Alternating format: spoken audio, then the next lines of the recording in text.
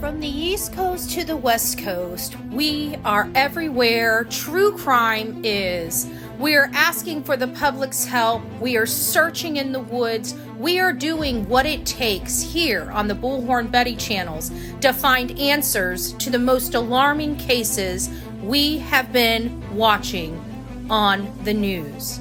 I can tell you personally that I have traveled this entire country seeking these answers and bringing that content right here to you here on the Bullhorn Betty channels and Bullhorn Betty crime stories. We are happy with the work that we've done. We brought many answers to the public, and we have defied mainstream media in our pursuit of the truth in these cases. We will continue to work. We will continue to fight for these victims, and we will continue to tell their stories here on my channels. Welcome to the Bullhorn Betty brand of channels and the Coffee Club. Thank you for your love, thank you for your support, and more importantly, thank you for allowing me to bring these victims' stories to each and every one of you, advocating for each of these victims. God bless you, God bless America, and more importantly, God bless our victims.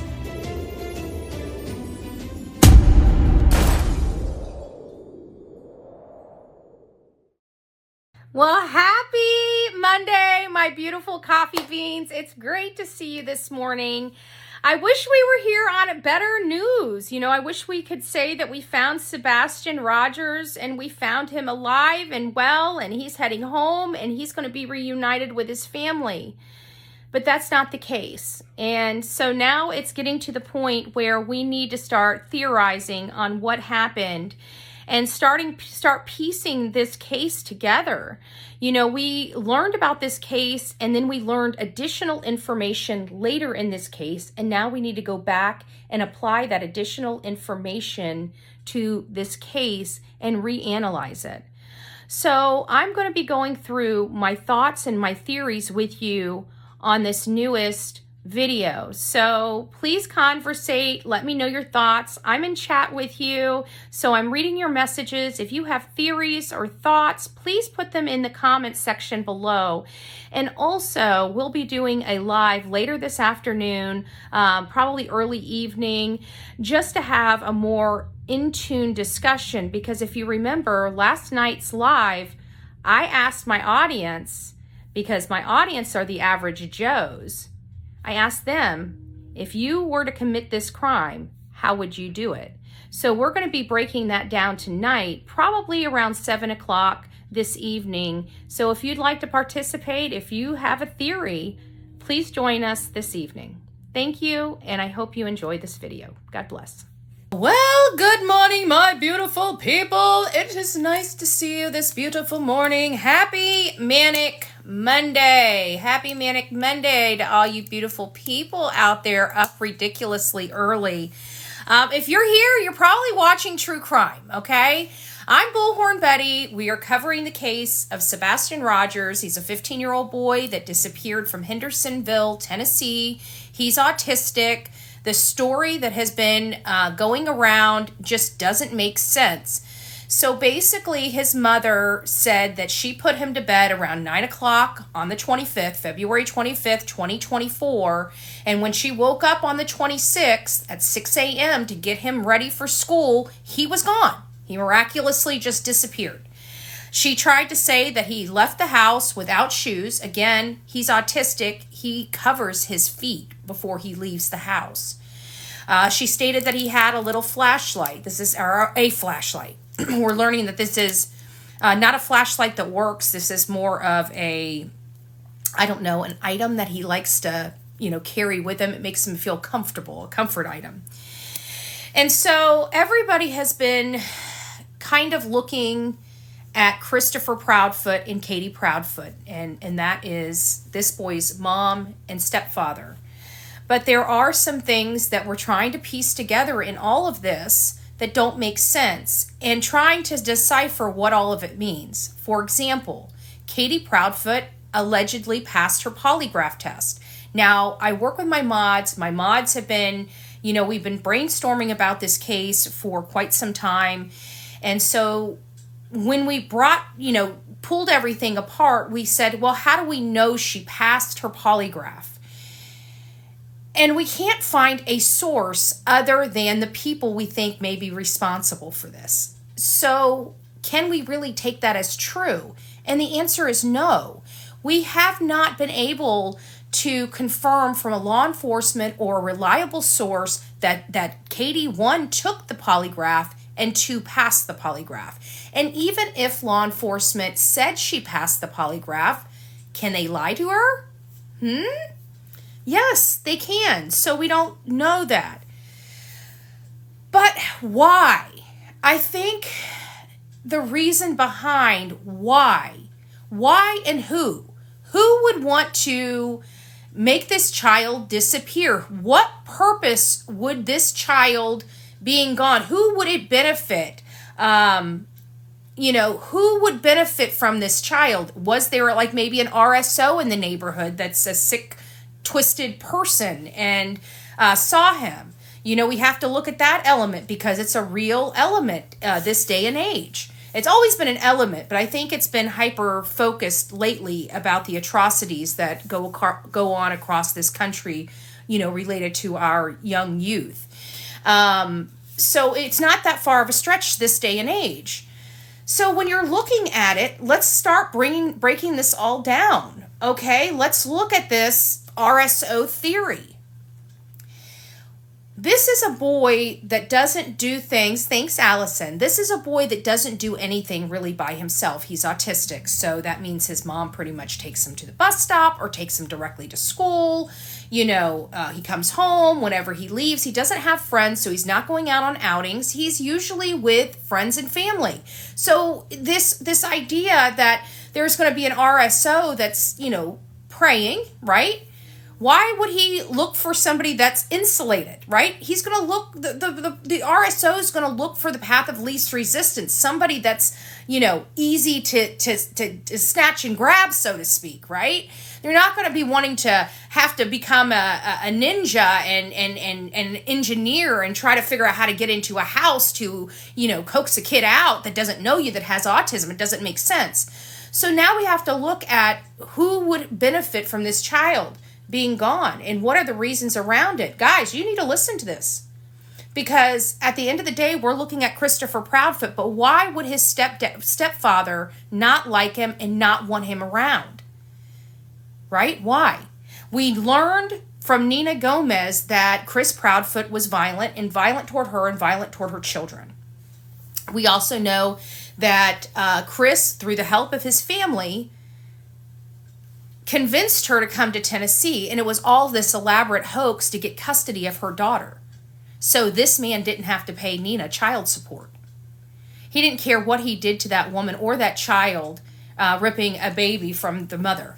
And he concocted an elaborate scheme to do that and the use of a protective order to keep her from her daughter.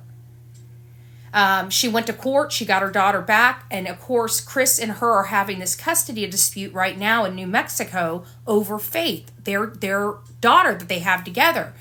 Chris doesn't like children. Chris didn't want children. Chris didn't want Faith. Chris actually asked Nina to, do a different, go a different avenue when it came to Faith. He did not want Faith. But he also did not want to pay her child support. So he decided he wanted to take Faith to avoid paying her child support or having to deal with her because he wanted to punish this lady because she wanted to leave him.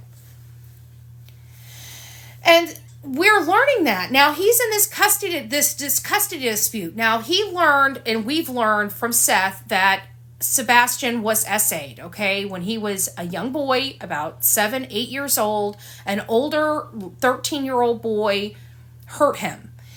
And it was because it was done under his mother's watch. Yet again, something bad happened to Sebastian under his mother's watch and Chris's watch. They didn't get him the kind of help that he needed. And Seth got really, really upset because the therapist was not giving him the actual help he needed for this type of trauma. He was, SA'd. So he raised his voice. He got kicked out of that whole thing. But this is the issue. Chris now looked at him as a predator because he was a victim of this type of crime. In his mind, he thought the victim would become the assailant, but the assailant to his daughter. So he was terrified and did not like him. He hated this boy. But now that's not enough. So he calls Seth and says, hey, Seth, we're having marital problems. You got to take your son. We can't have your son around the house anymore. He's going through this custody dispute for Faith. He can't have this boy around his house. If he's worried that he's going to hurt Faith, he doesn't want anything that's going to jeopardize his ability to get custody of his daughter at the expense of his stepson. He did not like this boy. We also learned through interviews with the Proudfoots that Chris admitted hitting Sebastian with a belt. And when you looked into that story, that why this all happened and how old was Sebastian, they tell Nancy Grace that it was 3 years ago. However, before he went on Nancy Grace, he was on Smiley's World, and he acknowledged this whipping and the fact that CPS was involved, and CPS was involved after he was 15 years old.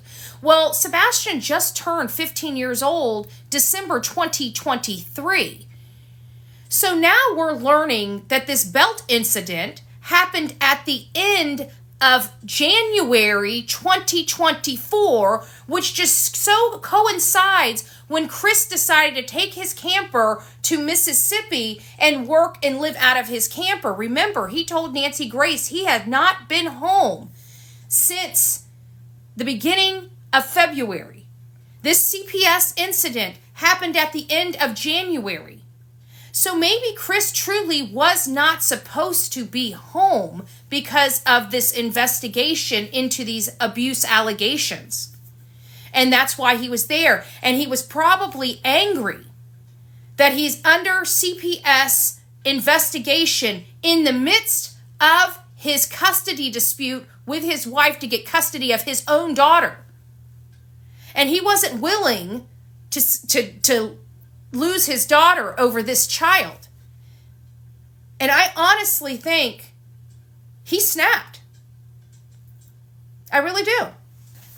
I really do. I think this man absolutely, without a doubt, ended up losing his stuff. Maybe they got into a big fight. Maybe he was home and maybe they got in a big fight and he knew a second incident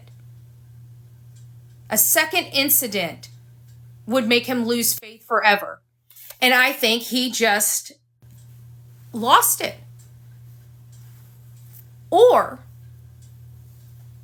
the same thing happened, but Katie had no knowledge of it because Chris broke into his own house after Katie hung up the phone. Let's look at this evidence. So we learned the night before that Chris stayed on the phone with Katie for 3 hours, and Katie describes almost falling asleep on the phone where Chris says, all right, honey, go on ahead and go to bed. This was around midnight. What if Chris was on that phone with her because he wanted to monitor whenever she was going to sleep? He wanted back into his house. He wanted his wife back. He wanted his daughter back, and he wanted his problem gone. So if she had no knowledge that he broke into the house to do anything to this boy, she would have passed her polygraph test because she would have had no knowledge. But you can't tell me she didn't know the contention going on in the house, and there is only one person that I have found so far in all of this that had any type of motive to want this boy gone, and that is Christopher Proudfoot. The lack of evidence is concerning for me. The lack of evidence almost is the evidence, in my opinion.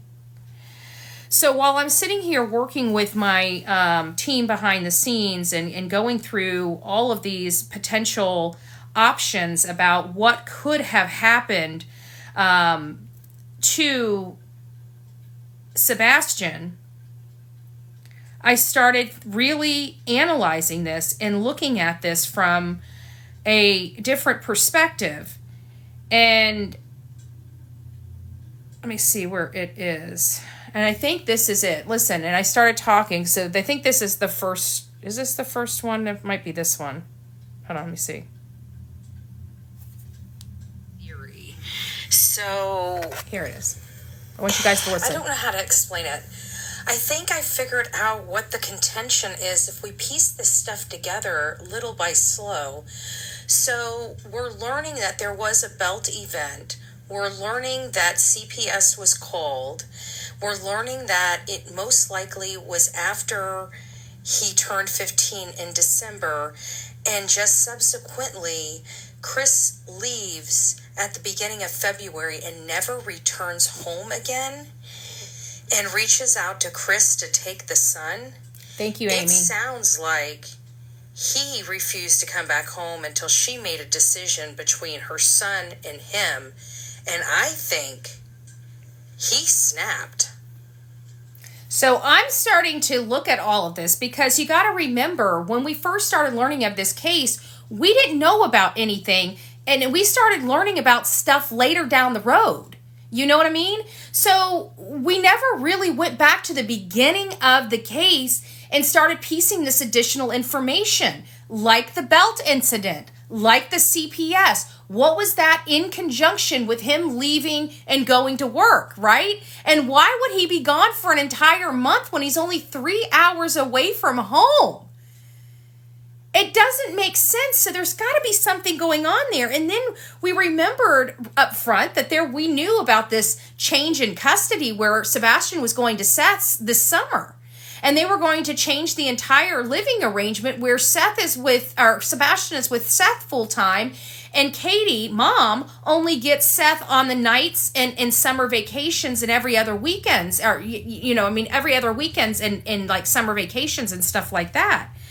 So I'm starting to, try to understand where I'm going with all of this. And mind you, these conversations are happening at 1:30 in the morning, but I really think it embodies my process as I'm processing this information and going back and putting it together. So here comes the next one. I think part of the reason why he snapped is because he knew that CPS issue was going to be raised at his court hearing when he's trying to fight to get his daughter back. Don't want those disclaimers. So he absolutely hated Sebastian for ruining his opportunity to get his daughter back, and that's the way he looked at it, whether it was true or not.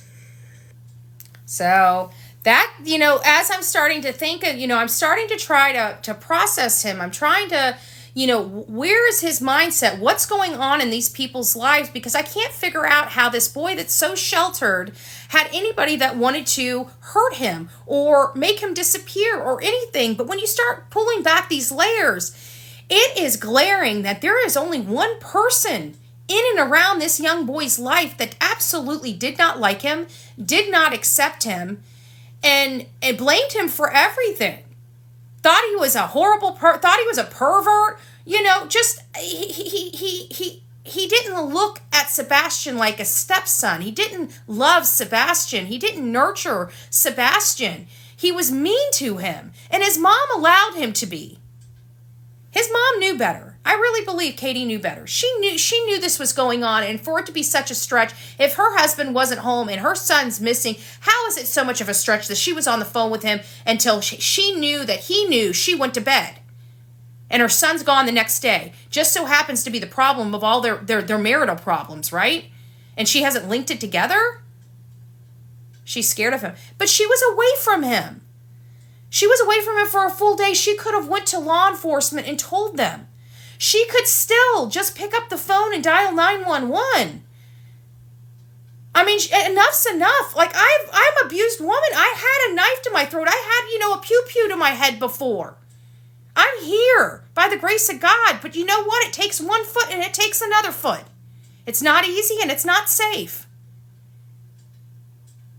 But she has more protection than anybody because she's so easy to dial 911, and they would be there like that just to find this boy. She wouldn't even have to worry. She'd have the most protection against Chris. She knows it. She chooses not to do anything about it. Did I play this one yet? Of course, this is just my speculation, but There's the other one. I'm like I said, I'm looking at everything. I'm trying to go back because a lot of this stuff we learned later on, and we're not going back and piecing that stuff we learned later on back to the beginning and looking at the picture again. And when I look at it again, it's showing he must have been really, really angry with Sebastian, and it all comes down to Faith and I think that's the one we just played. Here, let's listen to this one.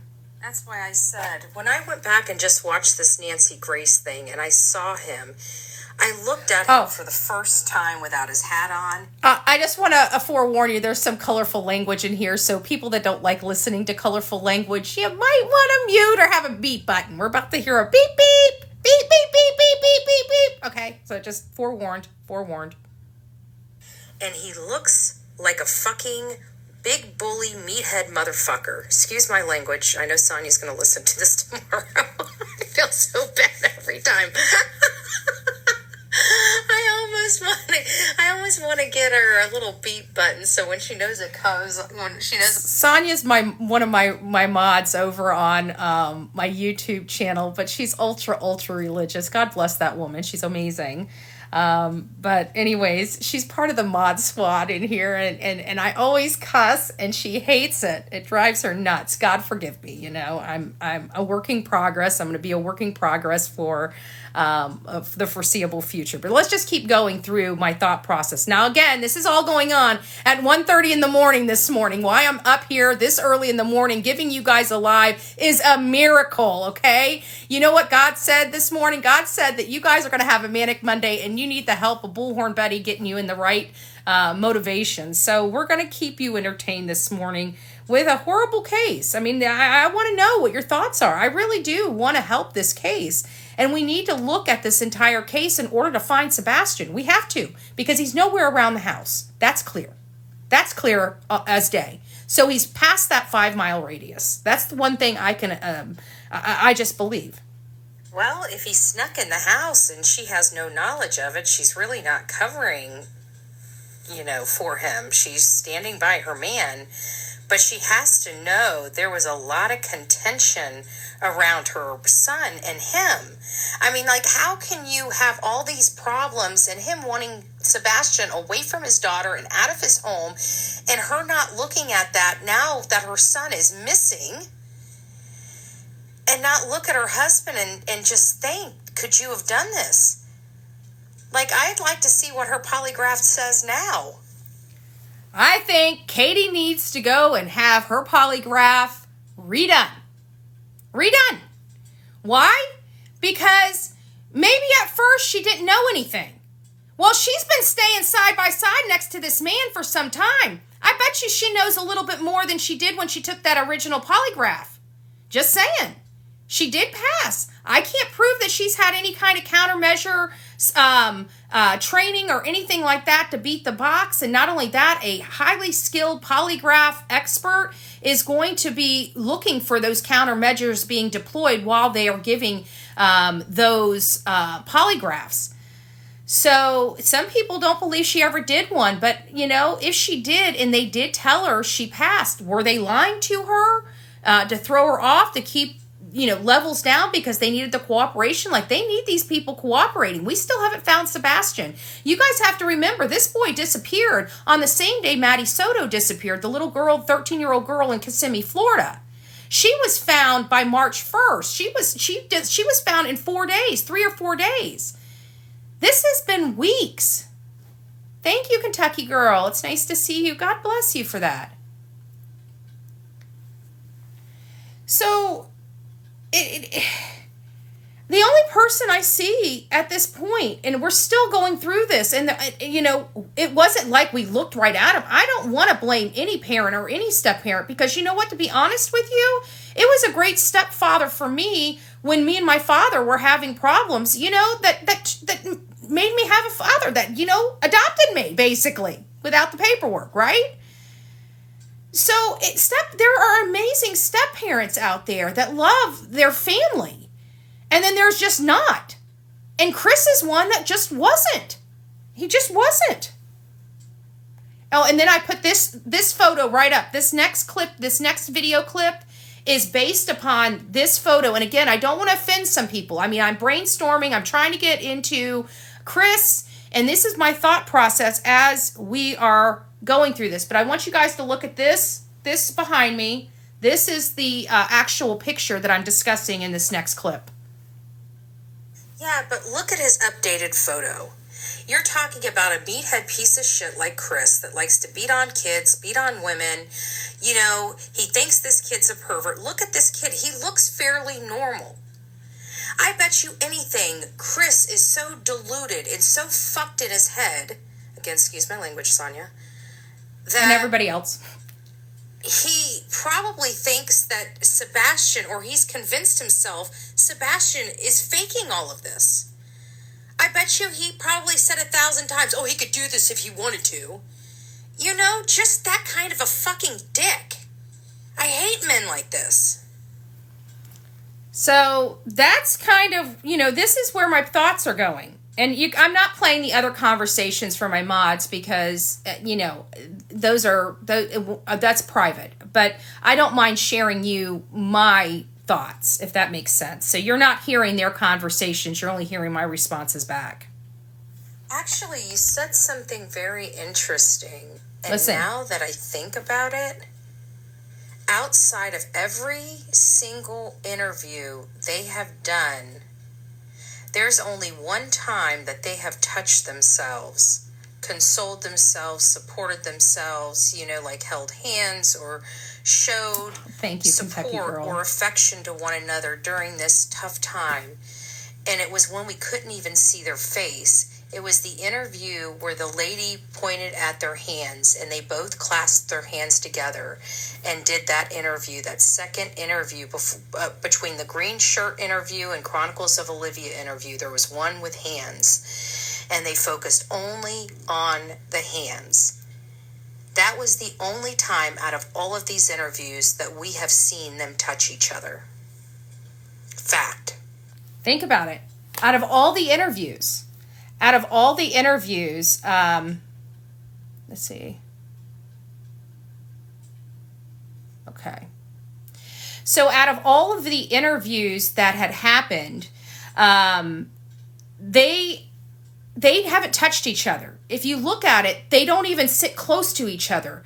They're not really looking at each other. They'll kind of glance over at each other to confer information or to confirm information, but they don't really touch each other.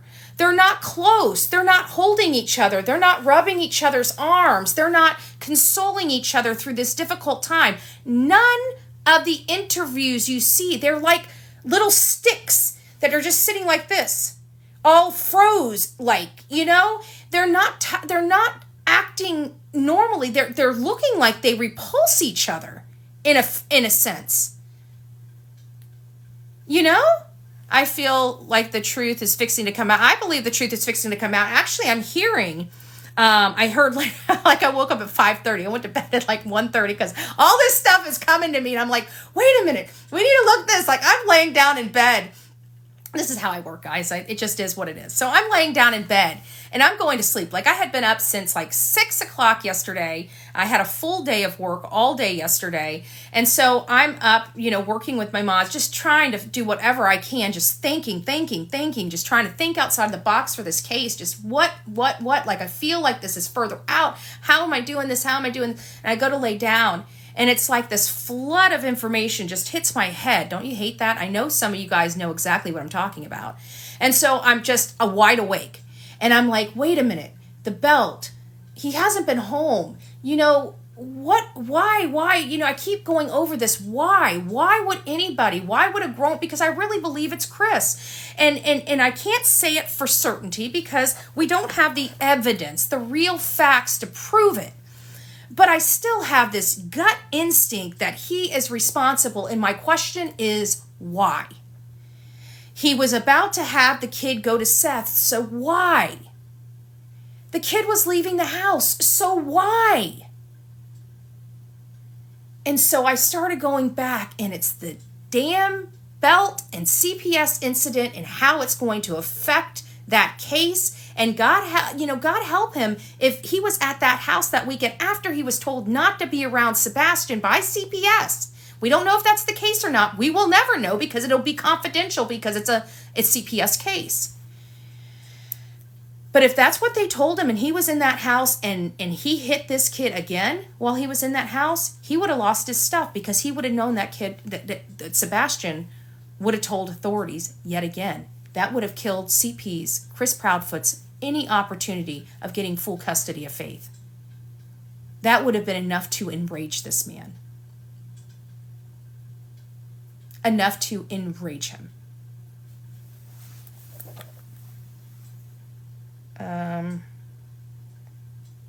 Yeah, well, I'm going to bed. Oh, that was my I'm going to bed. So that's the end of it. But then it was later, I was reading here, and one of my mods stated that they believe this belt incident, here it is.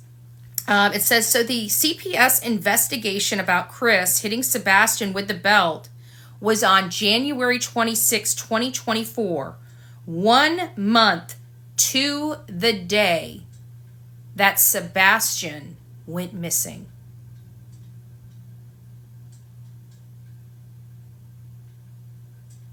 Let me repeat that. So the CPS investigation, this is according to one of my mods. I don't know where she got it. I'll have to ask her when she gets up. I doubt she's up yet because she was up with me at ridiculously time morning, right? It was absolutely January 26th. Jamie Honeywell is confirming it. That makes me so angry. So, yeah, it was January. So what they said here is, so the CPS investigation about Chris hitting Sebastian with the belt. Remember, he told Nancy Grace this happened 2 to 3 years ago, and he lied over and over and over again. Explain to me why Katie and Chris have to constantly lie. We're catching them all the time. Lie after lie, inconsistency after inconsistency. Who does that when you have a missing kid? Look at Seth. Seth is putting out whatever information, private, and he's throwing everything on the table to find his son. And these people are lying. I can't figure it out. There's something more there, but it says, so the CPS investigation about Chris hitting Sebastian with a belt was on January 26, 2024. 1 month to the day. 1 month to the day that Sebastian went missing. Chris is the only one with the marks on his arm. If Katie did pass her polygraph test, guys, this shows you just how twisted and messed up Mr. Proudfoot is. Because if Katie did pass her polygraph test and she's never been trained how to beat the box, that means she did not know what happened to her son. That means that son of a gun stayed on the phone with her until he knew she was asleep, broke in their house, did something to her son, and came back and acted like a concerned parent the next day right in front of her face. Now tell me that is not some twisted, sick crap right there. Now,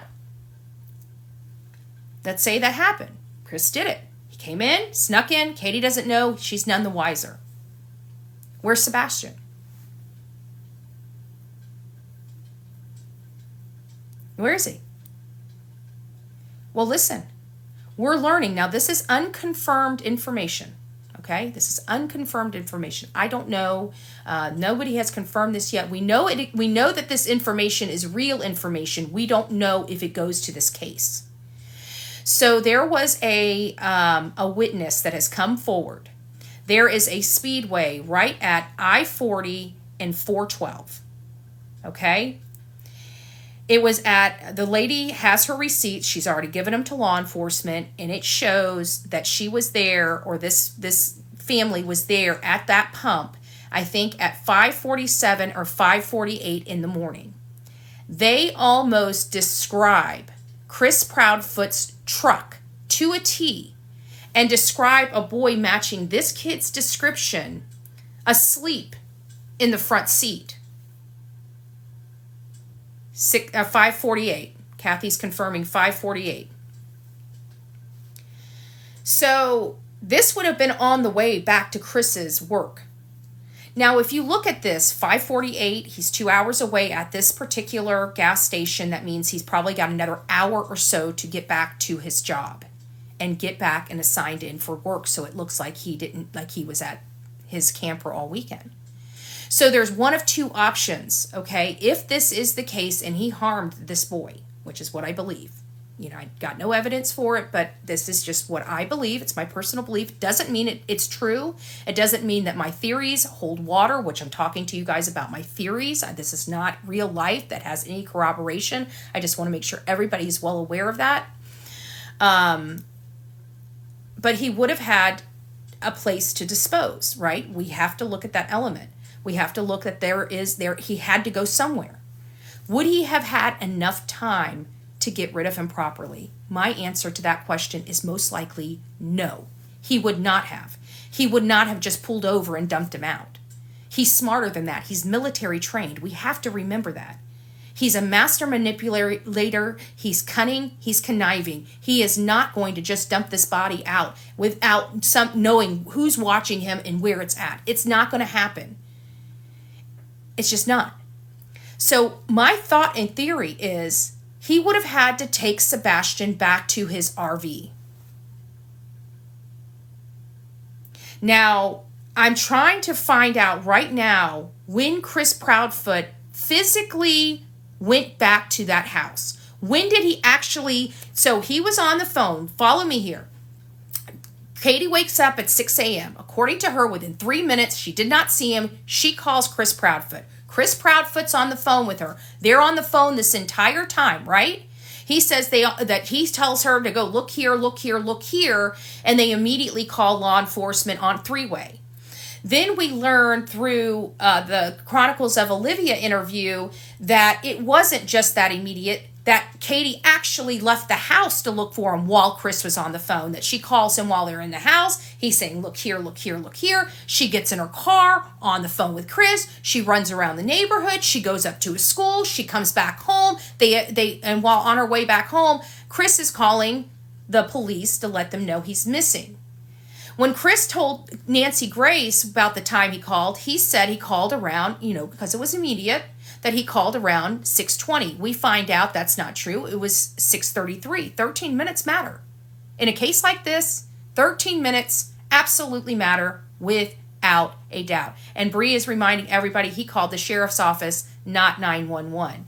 And why is that important? Because I think, in my opinion, it takes an extra step to look up the sheriff's office to call their main branch instead of just 911 and having them transfer you over to dispatch. Who wants to take the time when you're on three-way with somebody, a freaked out, unconsolable woman? Who wants to take the time to have to stop and look up a phone number to call the main dispatch? Doesn't make sense. But, who knows? Who knows? He may just think that way. So we need to find out what time he made it back home on the 26th. He receives the call. He knows that he's missing. He knows cops are coming. Katie says that it was like the cavalry showing up. Chris says he immediately notifies his job and he starts heading back home. And on his way home, he calls Seth. Remember the infamous call to Seth to let him know, hey, don't be angry, but your son's missing? Remember that? So Chris makes that call to Seth. What time did Chris Proudfoot get to that house on the 26th?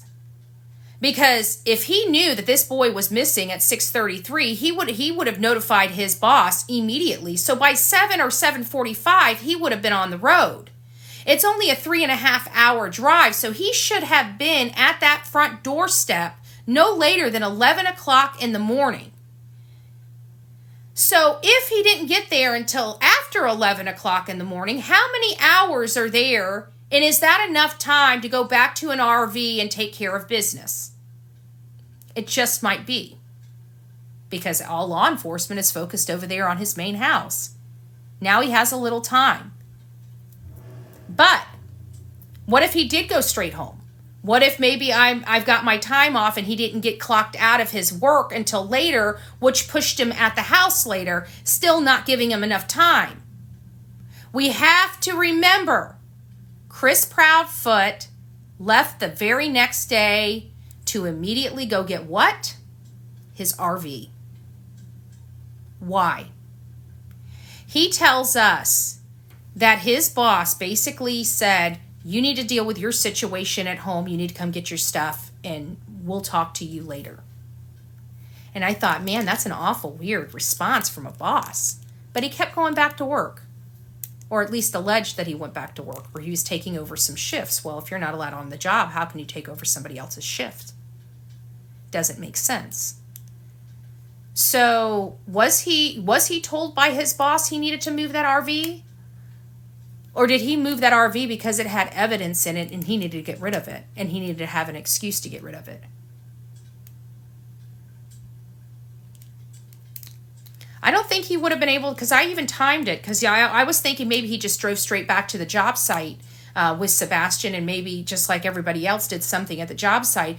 But again, like I said, I've been in construction for a really long time, and at his timing at 5:48, if he wasn't at that job site at 5:48, I guarantee that job site, when he showed up, had a lot of people on it. He wouldn't have had time. He wouldn't have had the privacy to do anything with Sebastian Rogers on that job site. I guarantee it.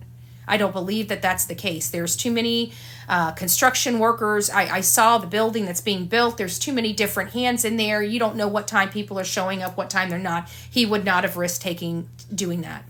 Now, if he was there at like 3 a.m, now we're talking about a different story. But if we believe that the sighting there at that Speedway gas station at 5:48 is legitimate, if it is legitimate and it does hold water, there's no way he would have been at that job site before other people were on it. And that's what brought me to that RV option. Now, the other option is he already scoped out places, because in this particular theory, he broke into his own house. That means there was a level of premeditation. He may have had it already planned out where he was going to take him. But it would have been on that I-40 corridor, because that would have been the only place he would have had the opportunity to do anything, is on that I-40 corridor. But we're even screwed now because, listen, he's left that house twice and went back to the same campground. He said he was forced to leave the trailer, forced to go get the trailer and take it home, remember? But he ended up going back to that very trailer park, that very camping ground twice. They're there now. I saw videos yesterday that they are still at that campground. So that means that they were able to go back to the area that he was when Sebastian disappeared. So if there's any evidence, they could have already disposed of it. They've had 2 bites at the apple to do it.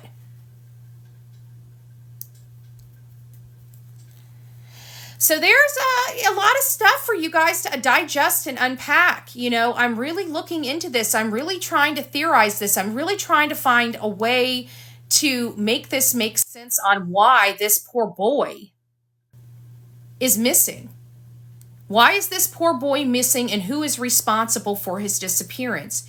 And when you realize that there's no threat of internet and predators on the internet, when you realize there's no threat of friends because he didn't really have any friends, when you realize there's no other outside third-party influences or threats because the mom sheltered this child due to his disability, he was always around an adult and never was really ever alone or by himself, unattended, making him not really a prime subject for a stranger danger type of situation.